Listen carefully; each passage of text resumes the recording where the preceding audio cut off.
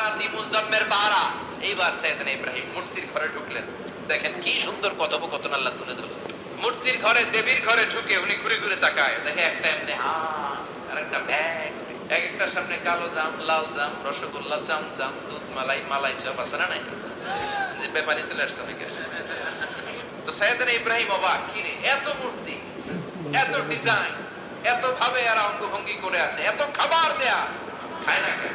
খায়ও না, কথাও কয় না। ফারাগা আলাইহিম দারবাম বিল ইয়ামিন, ডান হাতে কোপানো শুরু করলেন।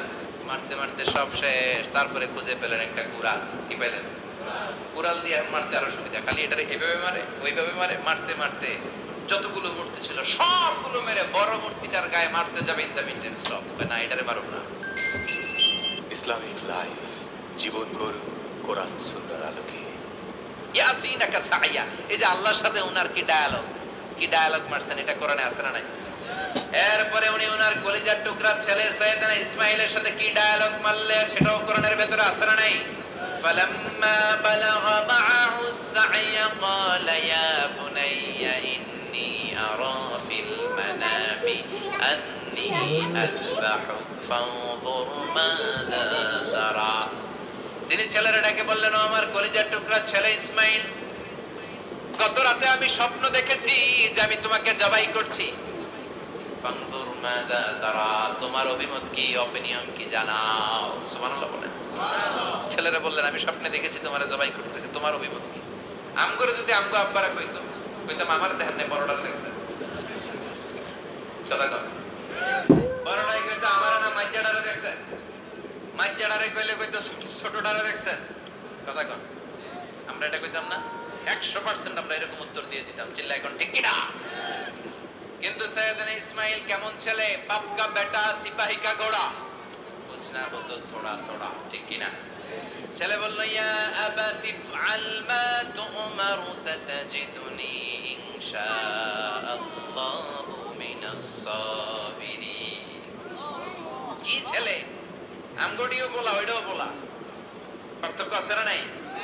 ছেলে কয়, বাবা আমি তো ডরাই না, আমি ডরাই আপনারে লইয়া। আপনি ডরান কিনা, আপনি ভয় পেয়ে যান কিনা, ওই টেনশনে আমি আছি। আপনি যে আমার এত মায়া করেন, আপনি যে আমার এত ভালোবাসেন, আমাকে শুইয়ে দিয়ে যে জবাই করবেন, ফিটকে দিয়ে যে রক্ত ছুটবে, আপনি ভয় পেয়ে যান কিনা, ওই ভয় আমি পেয়ে যাই। আমার অন্তরে কোনো ভয় নাই। ইয়া আবাতি ফাআল মা তুমার, বাবা যেমনটা আদিষ্ট হয়েছেন ঠিক তেমন তেমন করেন। সাতাজিদুনি ইনশাআল্লাহু মিনাস সাবিরিন, ইনশাআল্লাহ আপনি আমারে ধৈর্যশীল পাবেন। এরকম ছেলে আমাদের ঘরে ঘরে থাকার দরকার আছে না নাই? তার মানে বাপ বেটা কি ডায়ালগ মারছে কোরআনে তুলে দিল কে? আবার সাইয়েদনা ইব্রাহিম এলাকার লোকদের সাথে কি কি ডায়ালগ মারলেন সেটাও কোরআনে আছে না নাই? তিনি বললেন, মা হাযিহি তামাসিলুল্লাতী আনতুম লাহা আকিফুন। ও এলাকার লোকেরা, নিজের হাতে মূর্তি বানিয়ে মাথাটাকে নিচু করে ওম নমো ভগবতী কেন পড়ো? কেন কেন? ক্বালু ওয়াজাদনা আবানা লাহা আবিদিন। দেখেন কনভারসেশন কি এক পক্ষের হয়? কথোপকথন করতে হলে কয় পক্ষ লাগে? উনি বললেন, এই মূর্তিগুলোর সামনে ধরো মাথা নত করে দাঁড়িয়ে থাকিস কেন? তারা বলল, ওয়াজাদনা আবানা লাহা আবিদিন, আমরা আমাদের বাপ দাদাদেরকে দেখছি এরকম করতে, এজন্য আমরাও করি। সাইয়েদনা ইব্রাহিম বললেন, লাকাদ কুনতুম আনতুম ওয়া আবাকুম ফি দালালিম মুবিন, তোরাও শেষ, তোর বাপ দাদারাও শেষ, তোদের বাপ দাদারাও গোল্লায়, তোরাও গোল্লায়, চিল্লাই কর ঠিক কিনা? কি কনভারসেশন। এরপরে বাৎসরিক পূজা অনুষ্ঠানের দিন আসলো। কিছুদিন আগে একটা হয়েছে না সরস্বতী, এটা বোধহয় হিন্দু ভাইদের বিদ্যার দেবী। এরা এক একজনের কাছে এক একটা জিনিস নিয়ে যাওয়া লাগে। আমরা সব জিনিস চাই একজনের কাছে, তিনি কে? এটা কঠিন না সহজ? বিদ্যার জন্য ওই মন্দিরে, সৌন্দর্যের জন্য এই মন্দিরে, খাদ্যের জন্য দুর্গার কাছে, ঝামেলা না? আমরা সব কিছুর জন্য একজনের কাছে যাই, তিনি কে? বাৎসরিক পূজা অনুষ্ঠানে সবাই ইব্রাহিমকে ধরছে, ইব্রাহিম চল আমরা পূজা দিতে যাব। সাইয়েদনা ইব্রাহিম ফানাযারা নাযরাতান ফিন নুজুম, তাকালেন আকাশে আর বললেন, ইন্নী সাকিম, আমি যেতে পারবো না, আমি অসুস্থ। আমি কি আসলে সুস্থ ছিলেন? তো অসুস্থ বললেন কেন? কারণ অসুস্থতা দুই ধরনের, চিল্লায় বলেন, একটা শারীরিক আর একটা। সাইয়েদনা ইব্রাহিম মানসিকভাবে প্রচন্ড বিপর্যস্ত ছিলেন, অসুস্থ ছিলেন। এর কারণ গোটা উম্মাত মূর্তির পূজা করে, এই দৃশ্য দেখে কোন নবী মানসিকভাবে সুস্থ ছিলেন। এর কারণ গোটা উম্মাত মূর্তির পূজা করে, এই দৃশ্য দেখে কোন নবী মানসিকভাবে সুস্থ থাকতে পারে। উনি বললেন আমি অসুস্থ, তোমরা যাও। সবাই বলল ঠিক আছে আমরা যাই। ইব্রাহিম তুই আমাদের ঘরের মূর্তিগুলারে পাহারা দে। মূর্তি পাহারাদার এখন ভালো লোক পাওয়া গেছে। মূর্তি পাহারা দেওয়ার জন্য ভালো একজন পাহারাদার পাওয়া গেছে। নাম কথা কন, কথা বুঝতে কষ্ট হচ্ছে মনে হয়। মূর্তি পাহারা দেওয়ার জন্য কারে পাওয়া গেছে? সাইয়েদনা ইব্রাহিম কয় ঠিক আছে আজকে পাহারা দিমু, জন্মের পাহারা। যা তোরা দিতাছি, পাহারা দিতেছি যা। এইবার সাইয়েদনা ইব্রাহিম মূর্তির ঘরে ঢুকলেন। দেখেন কি সুন্দর কথোপকথন আল্লাহ তুলে ধরলেন। আল্লাহু আকবার। মূর্তির ঘরে, দেবীর ঘরে ঢুকে উনি ঘুরে ঘুরে তাকায়, দেখে একটা এমনি হাত আর একটা ব্যাগ, 14-15টা হাত নিয়ে তাকায় আছে। উনি সবগুলার সামনে এভাবে তাকায় আছে। দেখে এক একটা এক এক চেহারা, একটা হাতির গণেশ স্টাইলের, আর একটা এরকম, আর একটা নারীর, আর একটা বাঘের, আর একটা তলোয়ার নিয়ে আইতাছি কোপায় বলা আছে না নাই? সবগুলোর সামনে যায়, যে যে দেখে আর অবাক হয় কত ধরনের খোদার কাছে এরা কত কিছু চায়। আর যে দেখে প্রত্যেকটার সামনে ডেজার্টস আইটেম, মিষ্টান্ন, এক একটার সামনে রসমালাই, এক একটার সামনে কালো জাম, লাল জাম, রসগোল্লা, চামচাম, দুধ মালাই, মালাই চপ আছে না নাই? যে পেপানি চলে আসছে নাকি? তো সাইয়েদনা ইব্রাহিম অবাক, কি রে এত মূর্তি, এত ডিজাইন, এত ভাবে আর অঙ্গভঙ্গি করে আছে, এত খাবার দেয়া, খায় না কেন? সাইয়েদনা ইব্রাহিম ভাবলেন মনে হয় নাগাল পাই না, আমি একটু তুল্লা ধরি।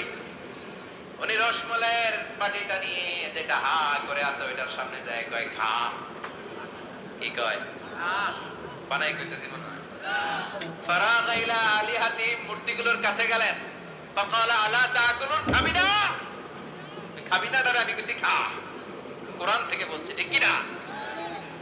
উনি ভাবলেন ওরা হয়তো খেতে পারে না, নাগাল পাচ্ছে না, কিংবা আমারে দেখে লজ্জা পাচ্ছে। নিচ থেকে রসমলাইয়ের বাটি তুলে ধরলেন। উনি বললেন খা। আর ওগুলা কয় হা হা, নরেও না সরেও না। উনি মুখের সামনে তুলে ধরে বললেন আলা তাকুলু, খা। সবগুলার সামনে গেলেন, খা খা। কেউ খায় না, ওগুলো হা করে আছে। সাইয়েদনা ইব্রাহিম বললেন খা। কেউ কথা কয় না। উনি বললেন খাবি না কেন? তাইলে কথা কও। এই যে কষ্ট করে উঠাইলি, মুখের সামনে দিলাম, খাবি না কেন? কথা বল। আল্লাহ তাকুলু, খাবি না কেন? কথা বল। মালাকুম লা তাতাকাল্লামুন, খাবি না কেন? মালাকুম লা তানতিকুন, হয় খা নয় কথা কও। বলতেই লাগলেন খা খা। প্রত্যেকটা মূর্তির সামনে গেলেন, খা। ওগুলা করে আছে হা, কোনো কথা কয় না। কয় কেন খাবি না? তাহলে কথা কও। খায়ও না, কথাও কয় না। আপনার ছেলে বায়না ধরছে, আব্বা চানাচুর খাবো। কি খাবো? চানাচুর কিনে দিলেন, এই নে চানাচুর। এখন চানাচুর খায় না। কিরে বাপ খাবি না কেন? কথাও কয় না। খায়ও না, কথাও কয় না। এখন বাকি আছে কোনটা? কথা কর। ফারাগা আলাইহিম দারবাম বিল ইয়ামিন, ডান হাতে কোপানো শুরু করলেন। ইচ্ছা মতো খুশি কিল মারতে মারতে মূর্তিগুলার সাইজ। ফারাগা আলাইহিম দারবাম বিল ইয়ামিন, এক একটা নবীর হাতে জান্নাতি শক্তি দিয়েছে কে? খা নাইলে কথা ক। খায় না, কথাও কয় না, বাকি আছে। মাইর মারতে শুরু করলেন। মারতে মারতে সব শেষ। তারপরে খুঁজে পেলেন একটা কুড়াল। কি পেলেন?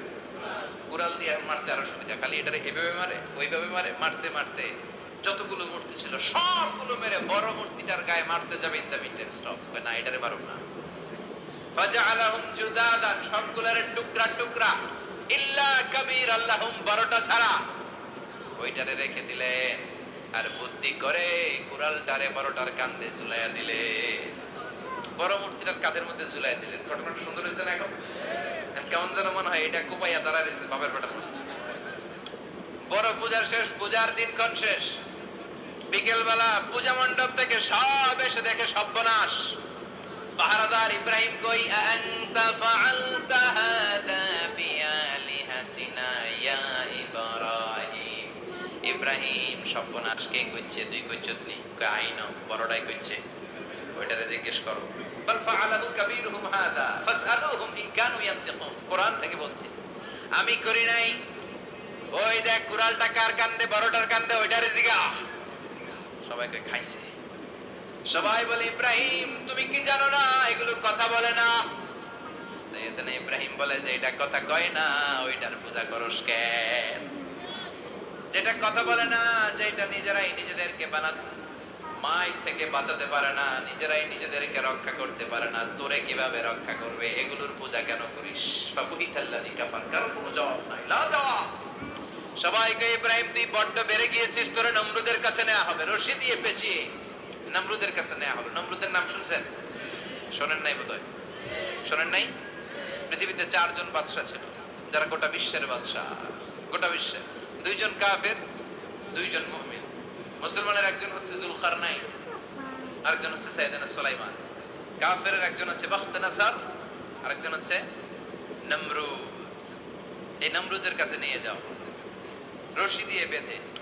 এবার নমরুদের সাথে কি ডায়ালগ মারছে এটা তো আর কোরআনে নাই, কথা কও, এটাও আছে। নমরুদ বলে, ইব্রাহিম শুনলাম তুমি নাকি আমাদের খোদাগুলোরে মারছো,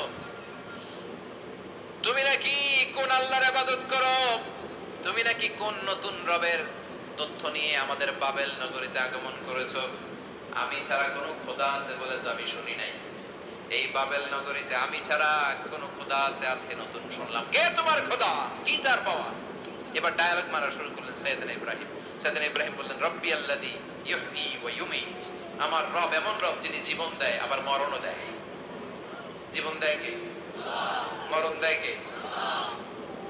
নমরুদ বলে, তাই তোমার আল্লাহ জীবন দেয় মরণ দেয়? আনা উহয়ী ওয়া উমীত। এবার নমরুদ ডায়ালগ মারতেছে, খালি ডায়ালগ। আনা উহয়ী ওয়া উমীত, আমিও তো জীবন দেই, আমিও তো মরণ দেই। সাইয়েদনা ইব্রাহিম বললেন, তুমিও যদি আমার আল্লাহর মতো জীবন দাও মরণ দাও তাইলে দেখাও। নমরুদ জেলখানা থেকে 2 জন ফাঁসির আসামিকে ধরে আনে, ধরে এনে একটা ধারালো ছুরি নিয়ে প্রথম আসামির পেটের ভিতরে ধা করে ছুরিটা ভরে দিয়েছে। ফিনকি দিয়ে রক্ত ছুটল, লোকটা ছটফট ছটফট ছটফট করতে করতে দুনিয়া থেকে বিদায়। এবার পেট থেকে ছুরিটা বের করে দ্বিতীয় আসামির পেটের মধ্যে ঢুকাতে যাবে ধা করে। In the meantime stop, ঢুকায় নাই, পেটে ঢুকাইতে যে ঢুকায় নাই।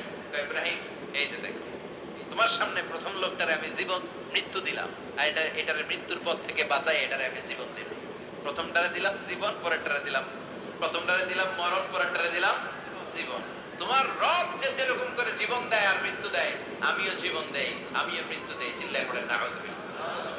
সাইয়েদনা ইব্রাহিম বিপদে পড়ে গেলেন, তাই তো আসলেই তো প্রথম লোকটারে মৃত্যু দিল, দেয় নাই?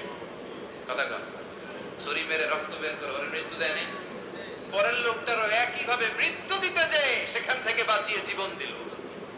ভেজাল আছে না নাই? এবার সাইয়েদনা ইব্রাহিম বলে, ফাইন্নাল্লাহা ইয়াতি বিশ-শামসি মিনাল মাশরিকি ফাআতি বিহা মিনাল মাগরিবি ফাবুহিতাল্লাযী কাফার। সাইয়েদনা ইব্রাহিম বললেন, বুঝলাম তুমি আমার আল্লাহর মতো জীবন দাও, বুঝলাম তুমি আমার আল্লাহর মতো মরণ দাও, কিন্তু নমরুদ খেয়াল করে শোনো, আমার আল্লাহ প্রতিদিন সকাল বেলায় পূব আকাশ থেকে জল জলে সূর্যটা উঠায়। তোমার যদি এরকম কোন ক্ষমতা থাকে, তুমি আগামীকাল সকাল থেকে পূর্ব দিক থেকে সূর্য না উঠিয়ে পশ্চিম দিক থেকে সূর্যটা উঠাও। ফাবুহিতাল্লাযী কাফার। এবার ধরা গেছে, এবার জায়গার মধ্যে ধরা, একেবারে স্টপ, লা জবাব। নমরুদের মুখে কোনো জবাব নাই। এবার নমরুদের মেজাজ নরম নাকি গরম? কথা কয়। গরম মেজাজ নিয়ে কয়, হাররিকু, এটারে আগুনে জ্বালা, এটারে আগুনে ফেল। নমরুদ বুঝে নাই যে আগুনের মালিক কে। বিশাল আগুনের কুণ্ডলি পাকিয়ে সাইয়েদনা ইব্রাহিমকে আগুনের মধ্যে ফেলে দেয়া হলো।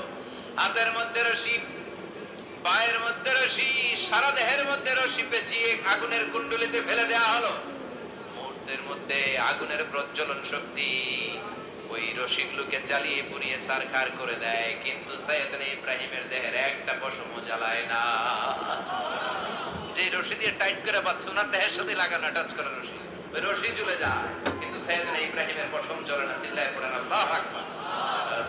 যদি তোমাদের মাঝে কেউ ইব্রাহিমের মতো ঈমান আনিতে পারো, অগ্নিকেও পুষ্প বলে পরিণত করিতে পারো, ঠিক কিনা?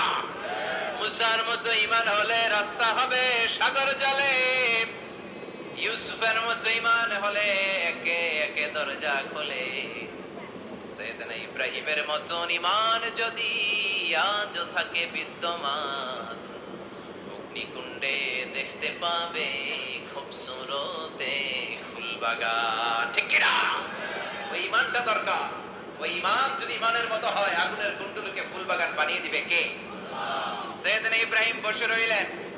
নমরুদ গায়ে আরো আগুন জ্বালা, এলাকার বড় বড় গাছগুলো তক্তাগুলো কেটে আগুনের কুণ্ডলিতে ফেল। তক্তা লাকড়িগুলো আগুনের কুণ্ডলিতে ফেলা মাত্র দাউ দাউ করে লাকড়িগুলোকে তক্তাগুলোকে আগুন জ্বালিয়ে দেয়, কিন্তু সাইয়েদনা ইব্রাহিমকে জ্বালায় না। সুবহানাল্লাহ। আগুনের মালিক কে? ওই আল্লাহ আজও আছে না নাই? তিনি আগুনকে অর্ডার করলেন, সৃষ্টির শুরু থেকে তোকে একটা ধর্ম দিয়েছি, সব জ্বালিয়ে দেয়া, পুড়িয়ে দেয়া। আজকে কয়েকদিনের জন্য তোর ধর্মটাকে আমি স্টপ করে দিলাম। চিল্লায় পড়েন আল্লাহু আকবার। কুল্লা ইয়া নারু কুনি বারদান ওয়া সালামান আলা ইব্রাহিম। আল্লাহ বললেন, আগুন খবরদার, আমার ইব্রাহিমের গায়ের যেন পশম না পুড়ে যায়, কারণ ইব্রাহিমের সন্তান হবে ইসমাইল, আর ওই ইসমাইলের বংশে আমি পাঠাবো আখিরি জামানার পয়গাম্বর। ইব্রাহিমের জন্য কিছু না হয়, কোন ইবারদা ঠান্ডা হয়ে যা, কি হয়ে যা, কিন্তু এত বেশি ঠান্ডা হবি না যাতে ইব্রাহিমের সর্দি না লেগে যায়। সুবহানাল্লাহ।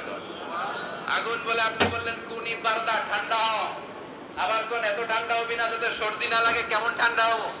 আল্লাহ বললেন সালামান আলা ইব্রাহিম, সালাম হয়ে যা, শান্তির গুলবাগিচা হয়ে যা, এয়ার কন্ডিশন নাতিশীতোষ্ণ হয়ে যা। চিল্লায় পড়েন আল্লাহু আকবার।